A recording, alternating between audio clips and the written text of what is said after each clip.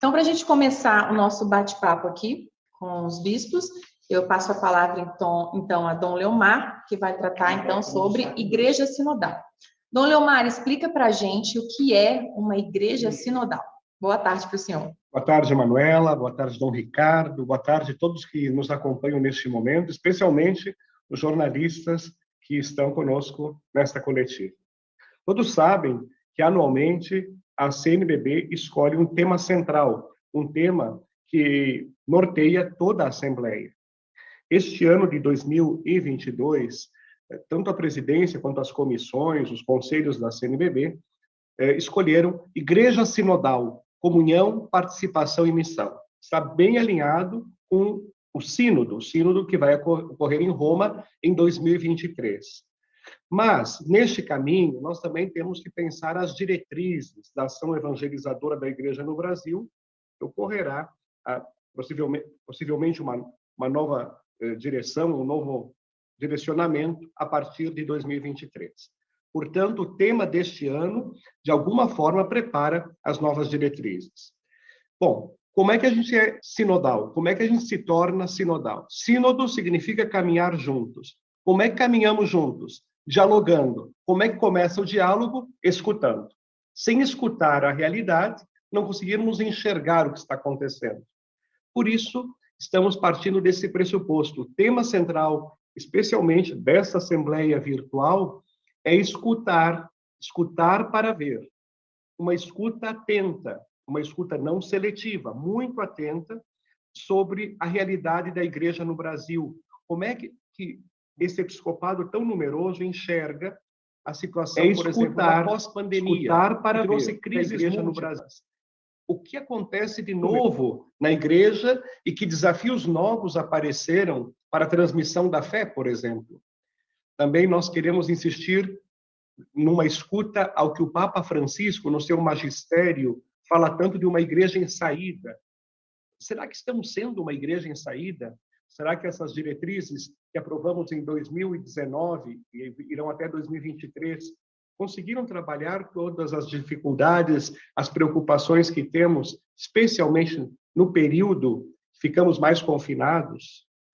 Bom, se o Papa Francisco fala de sinodalidade, todo o povo de Deus, nós precisamos recuperar um outro termo, que é colegialidade entre nós bispos. Trabalhar como colégio, como corpo mais integrado. É uma recepção criativa do Concílio Vaticano II.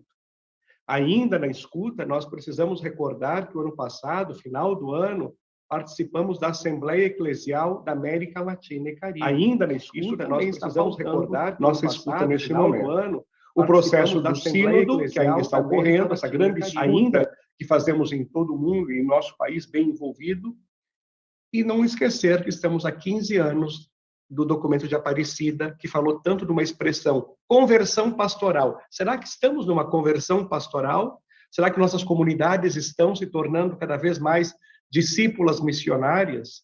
Não se trata apenas de avaliar números, mas especialmente a qualidade do nosso seguimento de Jesus Cristo, nosso seguimento do Evangelho.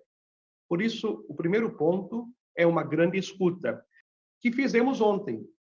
Ontem à tarde, os regionais se reuniram com 5 questões norteadoras a respeito da realidade da Igreja no Brasil, como está nesse pós-pandemia.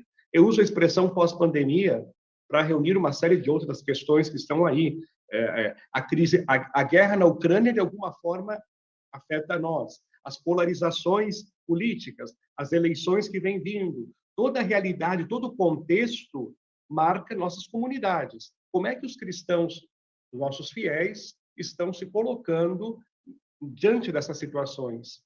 Então, ontem à tarde fizemos essa escuta, depois tivemos um plenário e vamos acolhendo, então, tentando discernir, a partir desta escuta, o que vem por aí. Por isso, alguns pressupostos nós temos. Tentar ler tudo isso como sinais dos tempos. O que Deus está dizendo à sua igreja a partir dessa realidade. E tudo que é humano é assumido por Cristo. Por isso, nós assumimos isto como uma pretensão de promover a vida em abundância, como diz João 10:10. Vida em plenitude. Por isso, muita atenção às situações de fragilidade humana, social e ambiental, que tem crescido muito. Passagem de uma realidade selvagem para uma realidade humana, e desta humana levar ao divino. Por isso, repensar o valor da vida, especialmente quando a vida é tão ameaçada por violência e por interesses mais diferentes. Recuperar um verbo que é esperançar. As pessoas têm uma grande crise de esperança, um grande vazio que trouxe uma crise de sentido para viver e uma crise ética. Como recuperar isso, que é uma meta tão importante de nós cristãos? Bom, indo quase para uma conclusão sobre essa primeira parte relativa ao tema central, é que nós queremos trabalhar mais processos do que eventos. Não adianta fazer tanto evento pastoral se depois a comunidade não cresce e se nós evitamos aí de realizar todo um caminho que pode ajudar no discipulado. Para fortalecer esses processos, nós precisamos recuperar também o lugar da comunidade cristã. É bom recordar que as atuais diretrizes, elas falam da comunidade como uma casa sustentada por 4 pilares: palavra, pão, caridade e ação missionária. E percebemos a necessidade de valorizar mais o sentido de casa. A pandemia mostrou isso para nós. Como é a nossa casa? Ela é um lar ou é só um abrigo? Nós queremos que a comunidade seja um lar de amparo, onde as pessoas que estão na casa não sejam sócios, mas sejam irmãos, não sejam apenas moradores, mas pessoas que comungam o mesmo pão, companheiros da mesa da Eucaristia e da palavra e da vida no cotidiano. Por isso, e aqui eu sintetizo, o tema central tem um grande desafio, que é fortalecer a comunidade cristã. Como fortalecer a comunidade cristã que faça uma experiência do encontro com Jesus Cristo numa sociedade em rápidas mudanças. Termino dizendo, não temos receitas prontas, nem fórmulas, diante da complexidade da pluralidade dos contextos atuais. Mas nós temos uma bússola, uma meta. É o Evangelho na linha do Concílio Vaticano II, segundo o magistério do Papa Francisco. Boa tarde, Dom Leomar, boa tarde, Dom Ricardo, boa tarde a todos os jornalistas. Dom Leomar, eu queria que o senhor falasse um pouco mais sobre o que o senhor usou aqui durante esse processo dentro da Assembleia, escolhendo esse tema da sinodalidade, que o episcopado chegou à conclusão de que precisa se trabalhar mais os processos do que os eventos. Boa tarde, André, obrigado pela pergunta. Na verdade, nós estamos percebendo que nós precisamos integrar mais a nossa pastoral, para que nós não tenhamos pastorais fragmentadas. A realidade está fragmentada, as pastorais não podem estar assim. Se nós falamos de família, seguramente família está integrado com iniciação cristã, está integrado com juventude, tudo está integrado. E onde está integrado? Na comunidade eclesial, nós chamamos comunidade eclesial missionária. Então, a nossa necessidade agora é fazer que os eventos, eles remetam a processos, mas que sejam da vivência da fé em comunidade.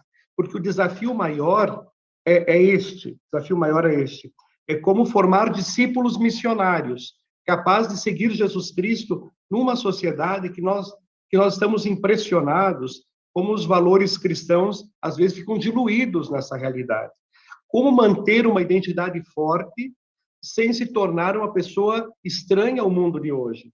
Como ser capaz de anunciar Jesus Cristo nesta realidade plural, sem se tornar alguém que não é reconhecido como tal?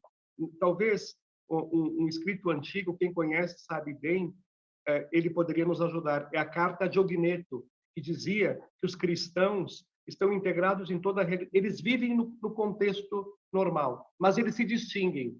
Eles se distinguem porque eles seguem um caminho. Esse caminho é o Evangelho.